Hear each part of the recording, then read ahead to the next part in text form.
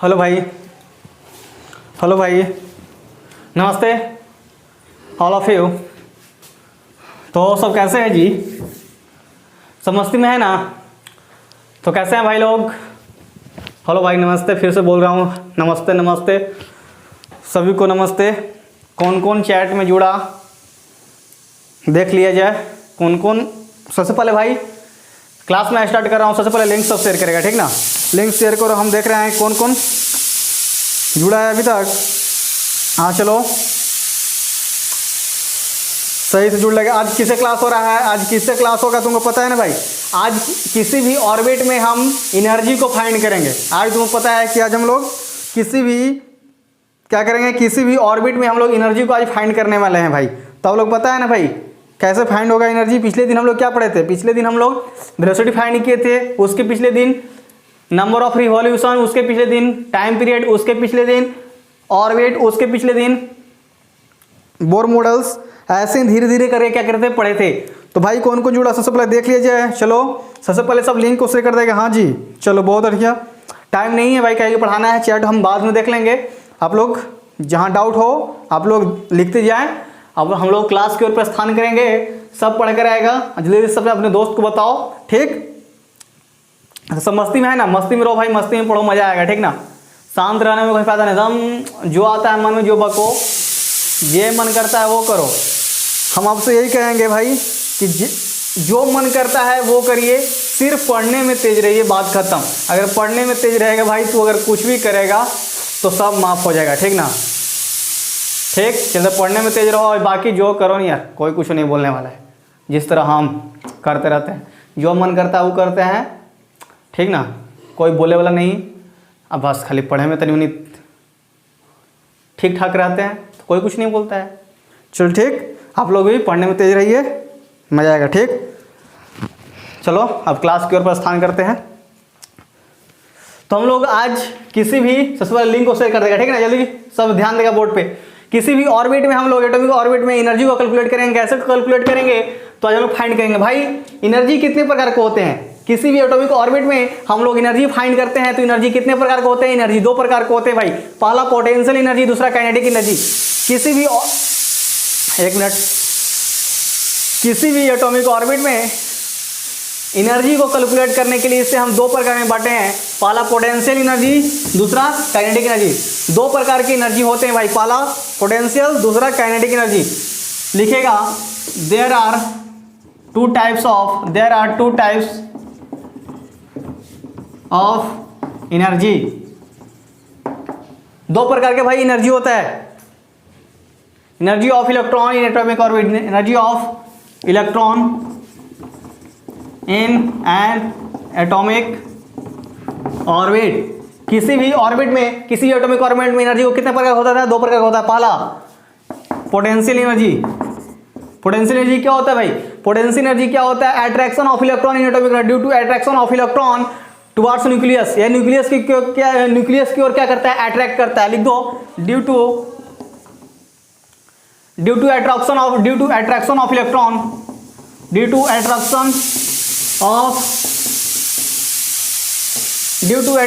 Electron, due to attraction of electron towards nucleus, nucleus की ओर, nucleus की ओर क्या करता है भाई? अट्रैक्ट करता है। दूसरा क्या होता है? Kinetic energy. काइनेटिक एनर्जी क्या होता है भाई? या due to mass and velocity of electron, due to mass and velocity of electron पे क्या करता है भाई? डिपेंड करता है। चलो भाई सब समझते हैं। किसी भी एटॉमिक ऑर्बिट में हम लोग एनर्जी फाइंड करना है तो एनर्जी दो प्रकार का होता है। पहला पोटेंशियल एनर्जी, दूसरा काइनेटिक एनर्जी। पोटेंशियल एनर्जी के लिए फार्मूला क्या होता है भाई? पता है? नहीं पता है तो अगले पढ़ेंगे, आगे पढ़ेंगे। काइनेटिक एनर्जी का फार्मूला होता है, काइनेटिक एनर्जी हाफ mv² पढ़ा है तो सब जानता है। मास और वेलोसिटी में रिलेशन होता है, ठीक? Potential energy due to attraction of electron in towards nucleus, किसी भी न्यूक्लियस को अट्रैक्ट करने की क्षमता को पोटेंशियल एनर्जी कहते हैं। Kinetic energy due to mass of velocity and electron. तो हम लोग आज प्रूव करना है किसी भी एटॉमिक ऑर्बिट में एनर्जी को कैसे कैलकुलेट करेंगे। तो हम लोग क्या करना है? आज प्रूव करना है भाई, ठीक? तो सब सही समझ रहा है?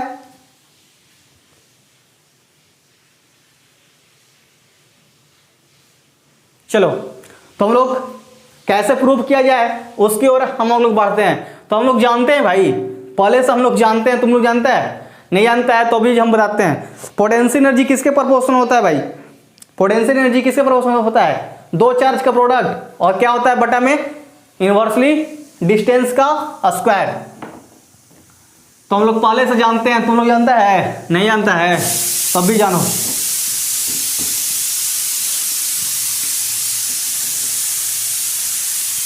वी नो डैट,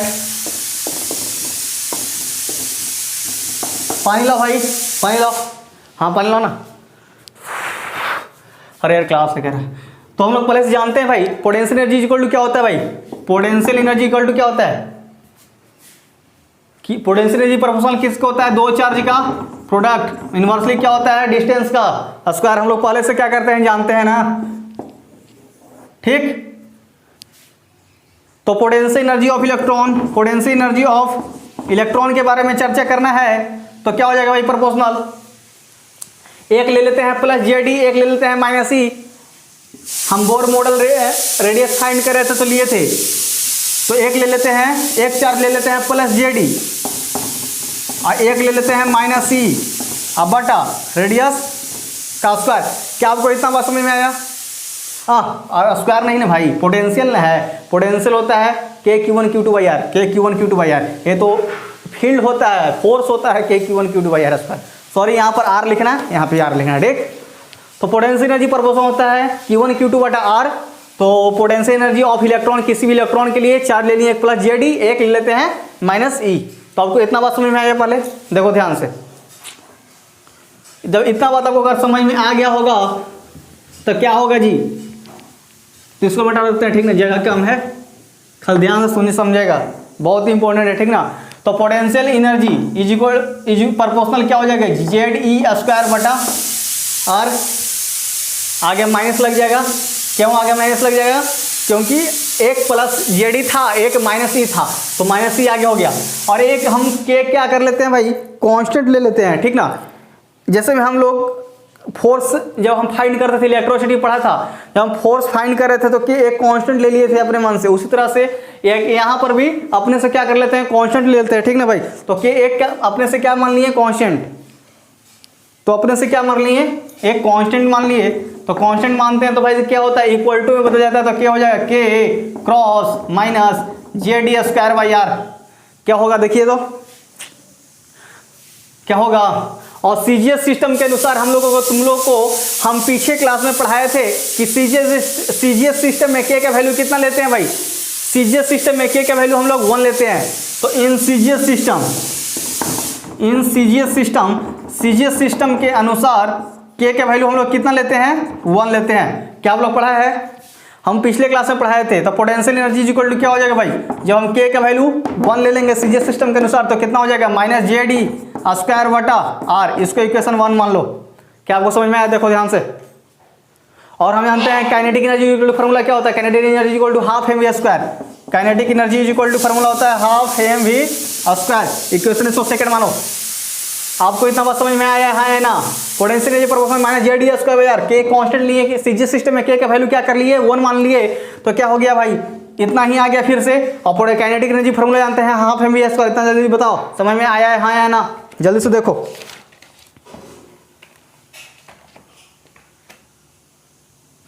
क्या आपको इतना समझ में आया? और हम लोग जानते हैं कि electrostatic force of attraction is equal to centrifugal force. क्या हम लोग पहले से जानते हैं भाई?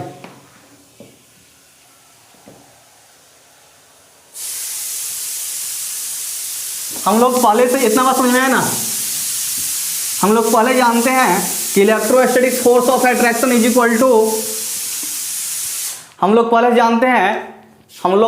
जानते हैं भाई, वी नो डैट, पहले जानते हैं इलेक्ट्रोस्टैटिक अट्रैक्शन ऑफ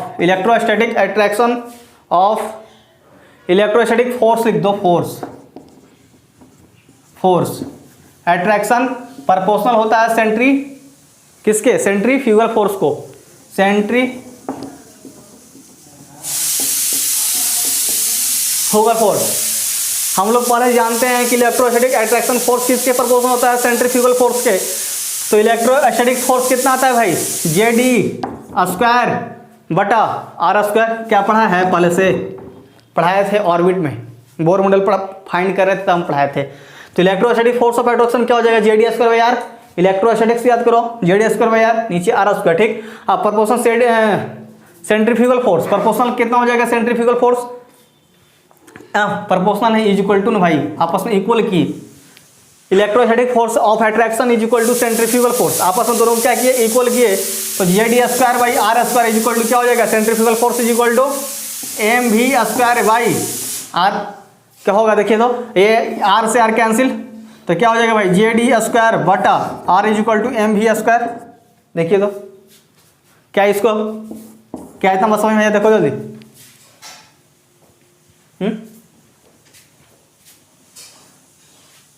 इसको इक्वेशन थर्ड मान लो, इसको इक्वेशन थर्ड मान लो। देखिए समझ में आया आपको कैसे कैसे क्या हुआ।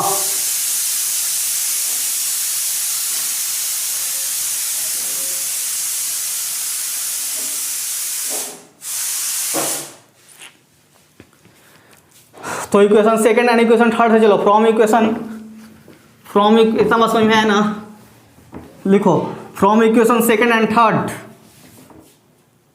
From equation second and third. तो सेकंड में क्या था भाई, kinetic energy equal to half mv², kinetic energy is equal to half mv²। Second equation नहीं ना था 1/2, और हाफ mv² का वैल्यू अभी कितना आया था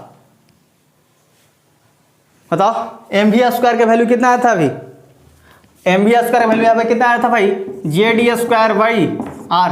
क्या आया था देखो तो काइनेटिक एनर्जी इक्वल टू कितना हो जाएगा, JD² बटा 2R। देखो तो इसको इक्वेशन 4 मान लो। देखिए काइनेटिक एनर्जी इक्वल टू कितना आया, JD²/2R। क्या आपको सब समझ में आ रहा है बात, इसको इक्वेशन 4 मान लो। अब इक्वेशन फर्स्ट और इक्वेशन 4 से चलते हैं। तो इक्वेशन 4 क्या था, 1 क्या था,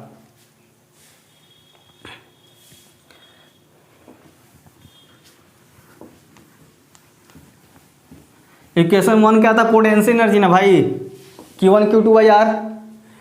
फ्रॉम इक्वेशन 1 एंड इक्वेशन 4। तो इक्वेशन फर्स्ट क्या था याद करो, potential energy equal to Q1 Q2/R, यही ना था,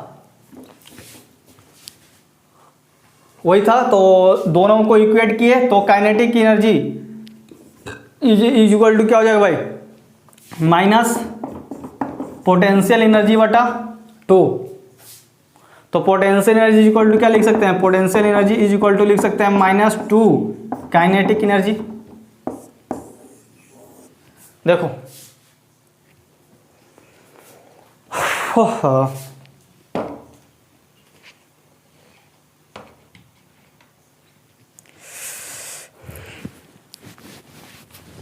क्या देखिए, इक्वेशन 1 और इक्वेशन 4 को इक्वेट किए तो kinetic energy equal to -P/2, तो पोटेंशियल एनर्जी इक्वल टू हो जाएगा -2 × K।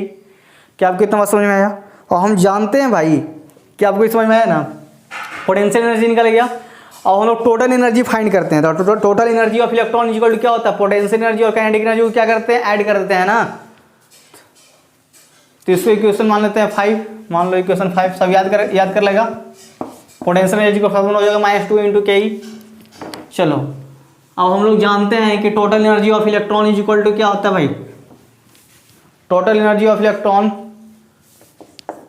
Total energy of electron is equal to क्या होता है, potential energy plus kinetic energy. अब पोटेंशियल एनर्जी इक्वल टू कितना होगा भाई, -JD²/R प्लस JD²/R²। JD²/2R था, 2R sorry JD²/2I। Total kinetic energy,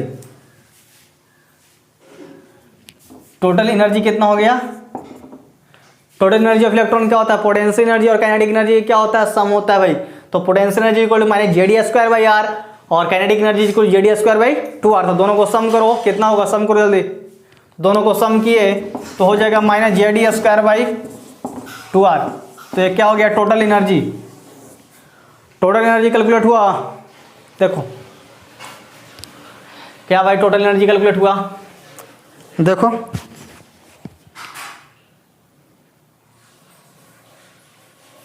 total energy calculate हुआ।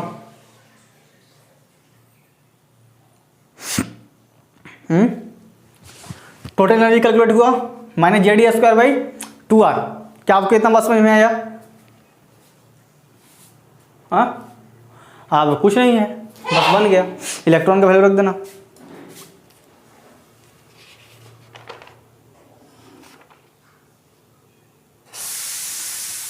इलेक्ट्रॉन इतना और रेडियस के वैल्यू यहां पर पुट कर दो।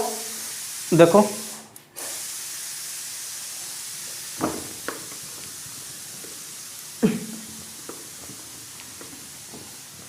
एनर्जी इज इक्वल टू कितना है भाई, फार्मूला -JD²/2R। और रेडियस का वैल्यू कितना होता है, n² बटा, रेडियस इज इक्वल टू कितना होता है, n² बटा 4π² mZe²। रेडियस के वैल्यू क्या कर देंगे, यहाँ पर क्या कर देंगे, पुट कर देंगे। तो इसलिए एनर्जी इज इक्वल टू कितना हो जाएगा भाई, -JD² बटा 2 क्रॉस R के वैल्यू पुट करो, n² क्रॉस h² बटा 4π² mZe²। देखिए तो देखो होगा, अभी सोचो सोल्व करो, 2 दहाँ के 4, सोल्व करो सोल्व करो।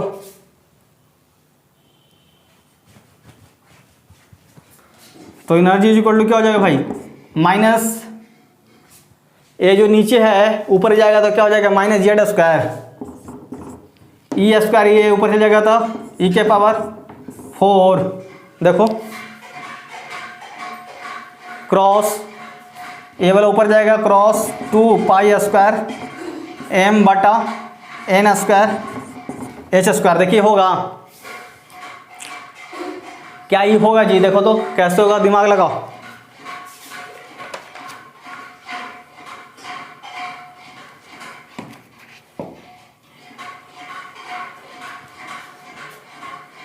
इतना हो गया। अब कुछ नहीं है, इलेक्ट्रॉन का वैल्यू रखो, एच का वैल्यू रखो, पाई के वैल्यू रखो, मास का वैल्यू रखो। इलेक्ट्रॉन का मास जल्दी से रखेगा, सबका वैल्यू रखो तो हो जाएगा टोटल एनर्जी कैलकुलेट। तो टोटल एनर्जी कैलकुलेट क्या हुआ, सब यहाँ पर वैल्यू रखेगा तो टोटल एनर्जी क्या हो जाएगा भाई, बताओ।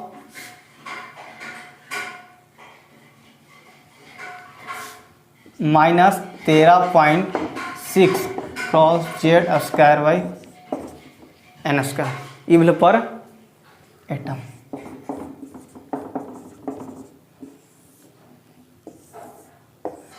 टोटल एनर्जी कैलकुलेट हुआ। यहाँ पर इलेक्ट्रॉन का वैल्यू रखो, पाई का वैल्यू, मास, एच का वैल्यू रखेगा तो कैलकुलेट होके इतना आएगा।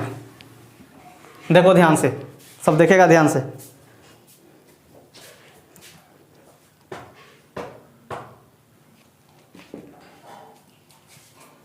यहाँ पर n क्या है, ऑर्बिट नंबर, एटॉमिक ऑर्बिट। एक क्वेश्चन बनाओ, कैलकुलेट एनर्जी ऑफ इलेक्ट्रॉन।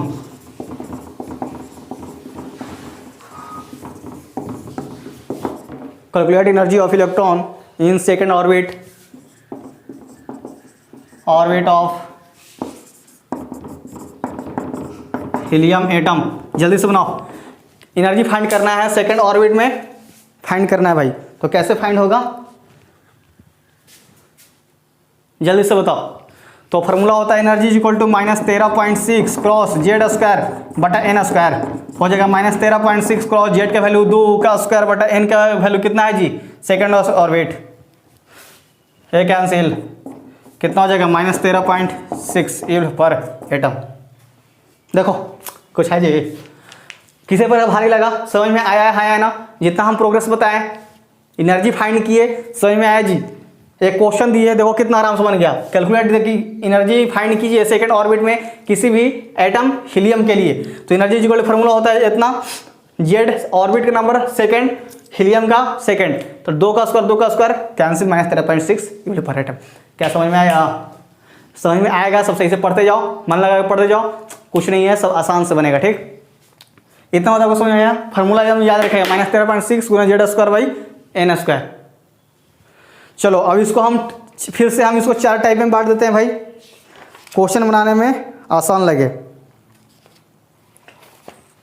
चलो इसको हम 4 टाइप में बांट दे रहे हैं फिर से उसी तरह, ताकि आपको प्रॉब्लम बनाने में आसान हो।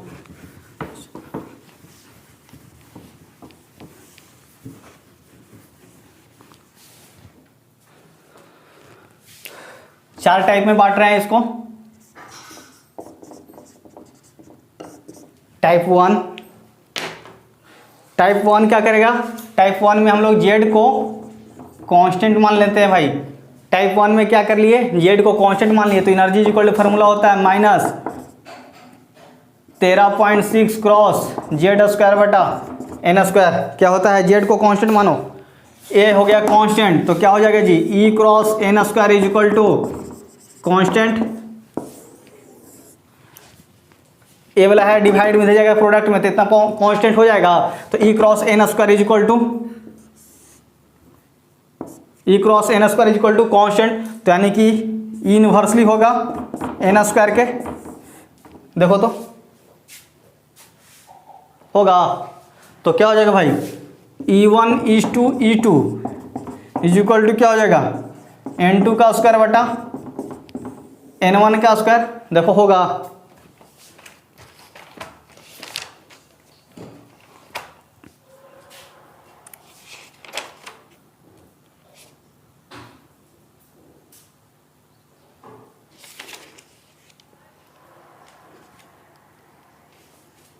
ऐसा ग्राफ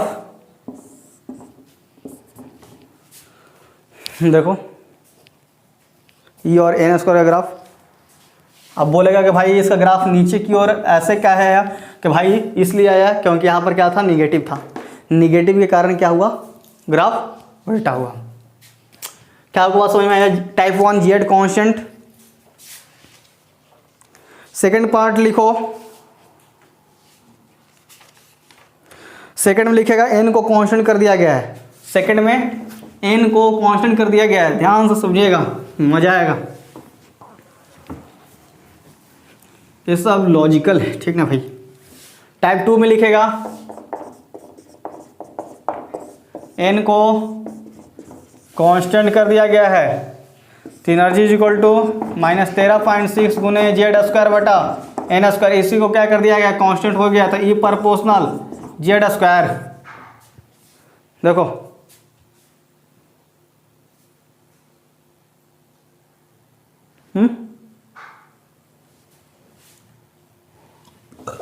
रुको, अच्छा सबको समझाते हैं। ई बटा एन आ जाएगा इज इक्वल टू कांस्टेंट, इसलिए ई प्रोपोर्शनल जेड स्क्वायर।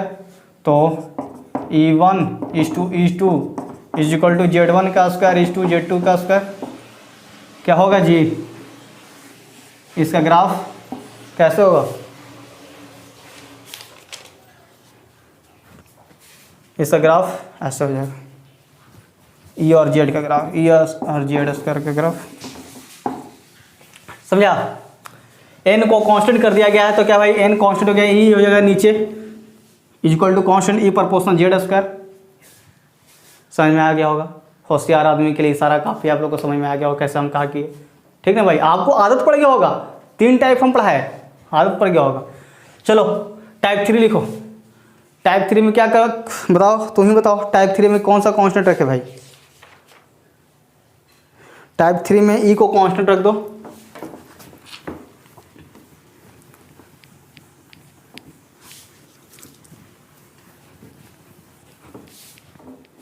टाइप 3 में एन को कांस्टेंट कर देगा, तो एनर्जी इज इक्वल टू -13.6 गुने जेड स्क्वायर बटा एन स्क्वायर। तो यही क्या हो गया? कांस्टेंट हो गया था, यानी कि जेड स्क्वायर बटा एन स्क्वायर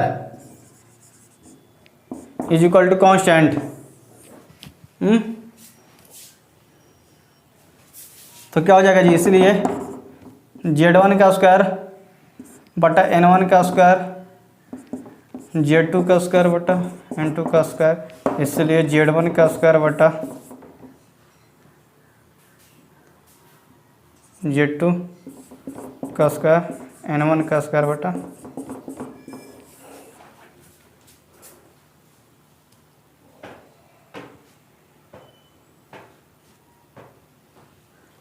क्या होगा,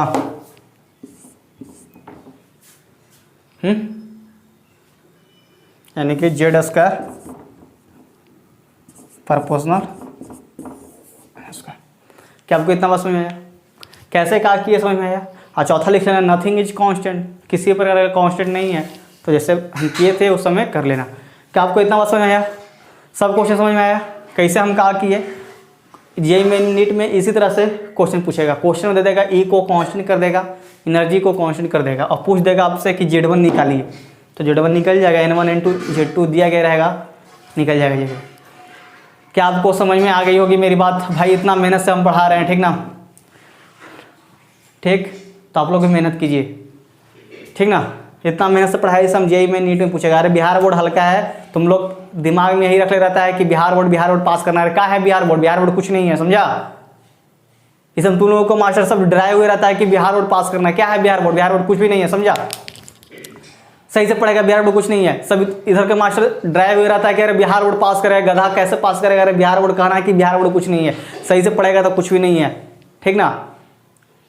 सब सिर्फ मास्टर डराए हुए रहता है बच्चों को कि इसी डर से कुछ नहीं बोलेगा क्लास में, यू नहीं, ऐसे हल्ला करा के बैठाए हुए रहता है। चलो भाई, कोचिंग वहीं धरना, हम बार बार कहते हैं कोचिंग वहीं धरना जो ज़्यादा न्यूमेरिकल करवाता है। बात खराब साफ, ठीक? कहीं पढ़ो, कोचिंग वहीं धरना जहाँ न्यूमेरिकल करवाता हो ज़्यादा।